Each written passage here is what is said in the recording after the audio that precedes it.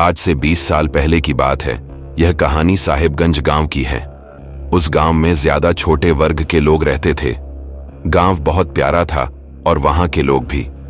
लेकिन उस गांव में एक ऐसी जगह है जहां रात को तो क्या, दिन में भी लोग जाने से डरते थे। लोगों का कहना था कि इस जगह पर बहुत साल पहले एक बहुत ही दर्दनाक घटना घटी थी, इसलिए उस जगह को शापित माना जाता है। एक दिन उस गांव में रमेश नाम का एक आदमी था। वह रहता तो था विदेश में, लेकिन कुछ दिन के लिए गांव में रहने आया था। उसकी नई नई शादी हुई थी। एक रात उसकी पत्नी के पेट में अचानक दर्द होने लगा। रात के करीब 12 बज रहा था। रमेश अपना कार निकाला और अपने बीबी को लेकर अस्पताल चल दिया। रास्ता खराब था, इसलिए रमेश गाड़ी धीरे चला रहा था। आगे जाने के बाद एक चौराहा आया और वहीं पर उसकी गाड़ी खराब हो गई। रात का समय और रास्ता भी एकदम सुनसान था। अगल बगल कोई दिख भी नहीं रहा था कि वो किसी से मदद मांग सके।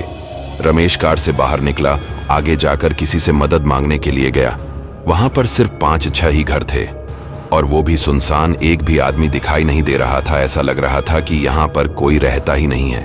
उसने मदद के लिए एक आदमी का घर का दरवाजा खटखटाने लगा, लेकिन दरवाजा नहीं खुला। ऐसे ही लगातार उसने 4-5 घरों का दरवाजा खटखटाया, लेकिन किसी ने भी अपना दरवाजा नहीं खोला। फिर उसने गुस्से में चिल्लाकर बोला, ये बस्ती वाले लोग कैसे हैं, किसी की मदद भी नहीं करते हैं। तभी थोड़ी देर बाद एक बुजुर्ग आदमी धीरे से अपना दरवाजा खोला और उसके पास जाकर बोला, क्या हुआ बेटा, तुम क्यों इतना परेशान हो? रमेश उस बूढ़े बाबा को अपनी परेशानी बताया। फिर आदमी बोला, इसमें मैं तुम्हारी कोई मदद नहीं कर सकता बेटा। वैसे भी मैं अकेले रहता हूं। अगर मैं कोई मदद कर सकता तो जरूर करता। तुम किसी और से मदद मांग लो। इतना कहकर उसने अपना दरवाजा बंद कर लिया।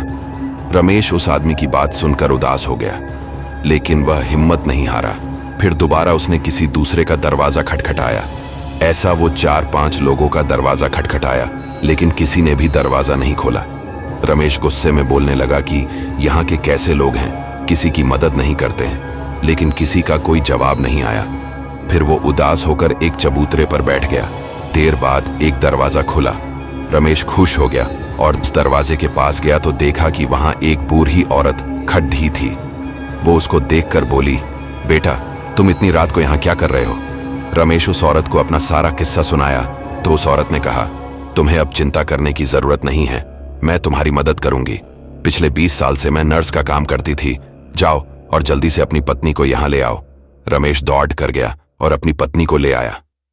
उस औरत ने नेहा का नाम भी देखा और रमेश को कुछ दवाइयां लाने को कहा।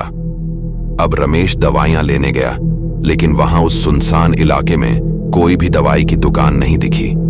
रमेश लगभग 2 घंटे से दवाई की दुकान ढूंढ कर थक गया, लेकिन कहीं भी उसको दुकान नहीं दिखी। आखिरी में वो निराश होकर वापस उस औरत के पास आ गया। जब वो वहां पहुंचा और उस बूढ़ी औरत के कमरे की ओर देखा तो चौंक गया। उसने देखा कि उस कमरे के दरवाजे पर तो ताला लगा हुआ है। वो एकदम घबरा गया, कुछ चिल्ला चिल्ला कर जगा दिया और उससे पूछा कि अभी थोड़ी देर पहले इस कमरे में एक बूढ़ी औरत थी। अपने बीमार पत्नी को उनके पर दवाई लेने के लिए गया था और जब मैं वापस आया तो देखा कि यहाँ पर ताला लगा हुआ है। क्या आप लोगों को पता है कि वो कहाँ गई? रमेश की ये बात सुनकर वहां पर मौजूद सारे लोग घबरा गए और फिर बोले कि ऐसा हो ही नहीं सकता, क्योंकि कई साल पहले वो औरत मर चुकी है। लोगों की बातें सुनकर रमेश को घबराहट होने लगी और वह बिलख बिलख कर रोने लगा। फिर उसने पत्थर मार मार कर ताला तोड़ा और फिर अंदर गया तो देखा कि उसकी पत्नी मर चुकी थी। उसको देखकर रमेश चिल्लाकर रोने लगा।